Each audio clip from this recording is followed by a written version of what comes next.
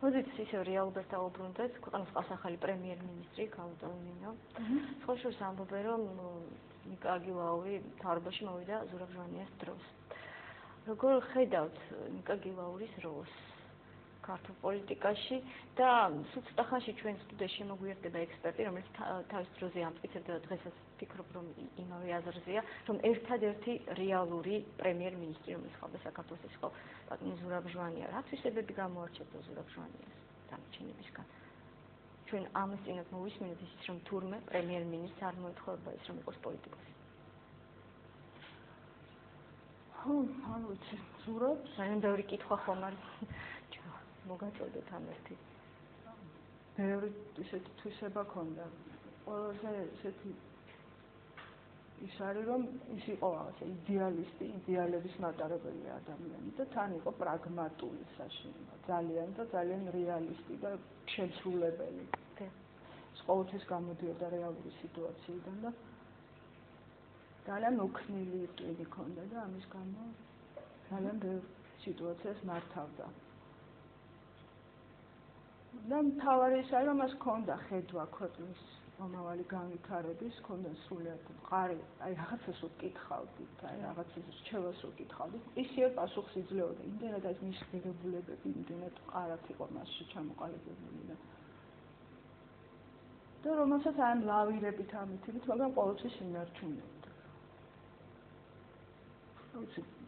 მე მაინც იმედი მაქვს, რომ გილაური კარგი პრემიერ-მინისტრი იქნება, მაგრამ ყოველთვის იმედით ვარ ხოლმე ადამიანების მიმართ. მართალი გითხრათ, რომ ძალიან რთულ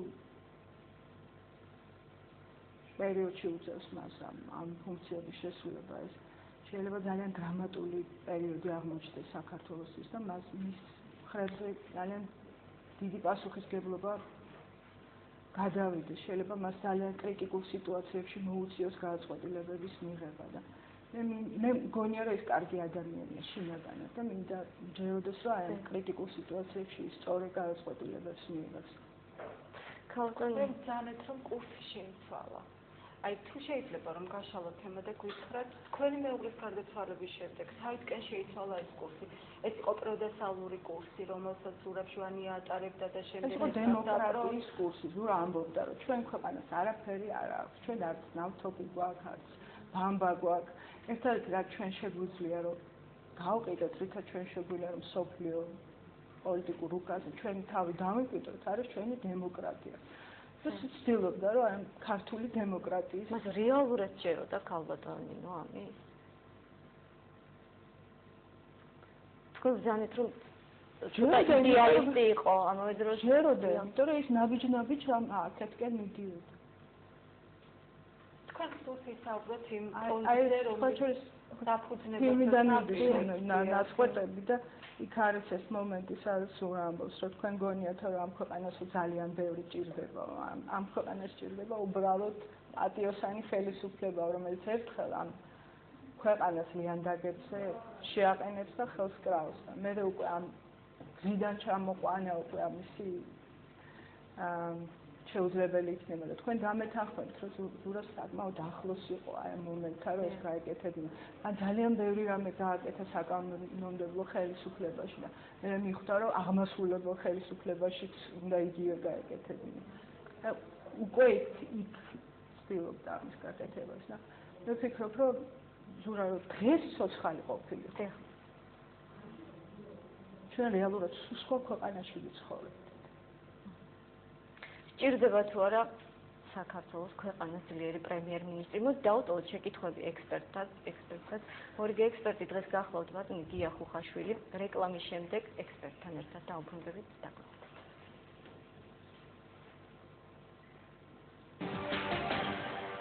გადაცემა პრეს ექსპრესი, დღევანდელ გადაცემას უძღვებით ელისო ჩაფიძე და მანუელ თურქმაჯიშვილი, სტუდიაში შემოგვიერთდა მორიგე ექსპერტი, ეს გახლავთ ბატონი გია ხუხაშვილი, ბატონი გია მშვიდობის. თქვენ მადლობას არ გადაგიხდით სტუდიაში მობრძანებისთვის, იმიტომ რომ ეს თქვათ მასპინძლის ძანდებით ამ გადაცემისა.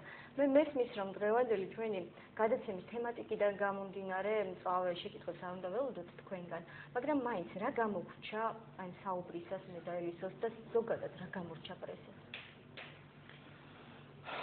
პირველ რიგში გილოცავთ ახალი პროექტის გაშვებას, თქვენს საერთო ტელეკომპანია კავკასიას, ქართულ საზოგადოებას, ქართული პრესის მესვეურებს, გამომდინარე იქიდან, რომ საერთოდ ეს ტექნოლოგიურად დღეს ისეთ ფაზაში იმყოფება ქვეყანა, რომ ცდილობს ხელისუფლება დააკნინოს, რაღაცნაირად დაასუსტოს ბეჭდური მედია, სადაც იშლება ხშირ შემთხვევაში ინფორმაცია, ეხლა ხარისხზე დღეს ვილაპარაკებთ, არის ძალიან ხარისხიანი მასალა, არის შედარებით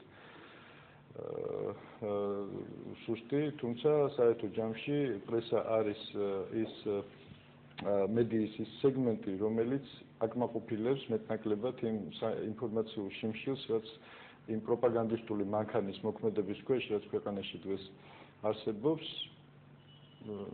ცდილობს, რომ მეტნაკლებად ობიექტური ინფორმაცია მიეწოდოს საზოგადოებას და ჩვენ მაქსიმალურად უნდა შევეცადოთ, მე ესე ვფიქრობ და მე მგონი დამეთანხმებით, რომ მოვახდინოთ პოპულარიზაცია ამ თემების და ის ადამიანები, რომლებსაც ელემენტარული გაჭირვების გამო არ შეუძლიათ თვის განმავლობაში შეიძინონ ქართული პრესა, ვიცით რომ ეს არ არის მაინც და მაინც იაფის სიამოვნება, მივაწოდოთ ის ძირითადი ინფორმაცია, რაც პრესაში აღმოჩნდა. ეხლა მაინც და მაინც სამწუხაროა, რომ პირველივე გადაცემის ჩატარება გვიწევს საქართველოს ისტორიაში, უახლეს ისტორიაში, მე ვიტყოდი ერთ-ერთი ყველაზე დრამატული მოვლენით, ზურაბ ჟვანიას გარდაცვალებით, მაგრამ ეს არის ის რეალობა. ის ადამიანი, რომელსაც იმ თავითვე არ სჯეროდა იმ ოფიციალური ვერსიით, რომელიც ხელისუფლებამ შემოგთავაზა. ხომ შეიცვალა თქვენი შეხედულება ამ შემთხვევაში?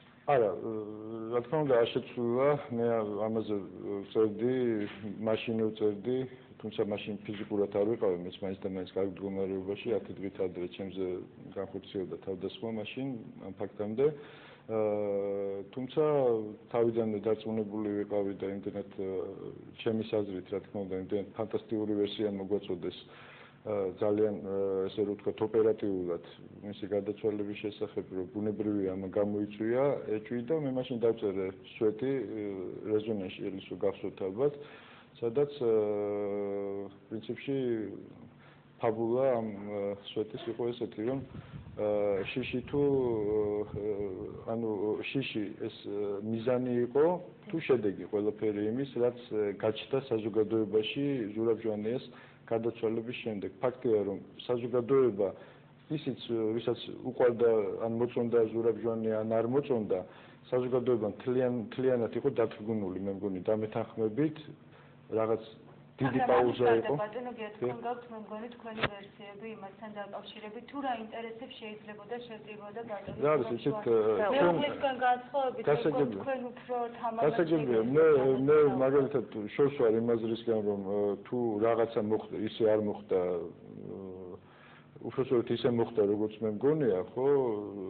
აქ შორს ვარ იმ აზრისგან, რომ აქ რაღაც ხელისუფლება და ვიღაც კონკრეტული პიროვნება, ხო?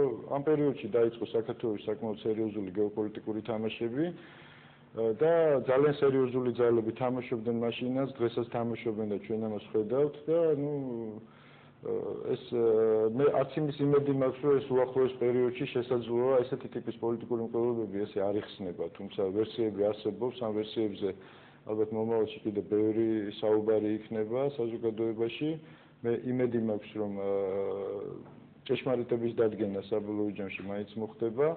ასე რომ თვითონ ხელისუფლება ამასთან არ არის დაკავშირებული. არა, მე არ ვამბობ, რომ ხელისუფლება არ არის დაკავშირებული. ხელისუფლებას გამოძიება ამ ფაქტით. რა, იცით, მე არ ვამბობ, ხელისუფლებაც არ არის ერთგვაროვანი, მოდით ესე ვთქვათ, ხო? ვიღაცა შეიძლება არის კავშირში, ვიღაცა არ არის კავშირში. ჩვენ წარმოვიდგენთ, რომ ხელისუფლება არის ერთიანი მონოლითი, სადაც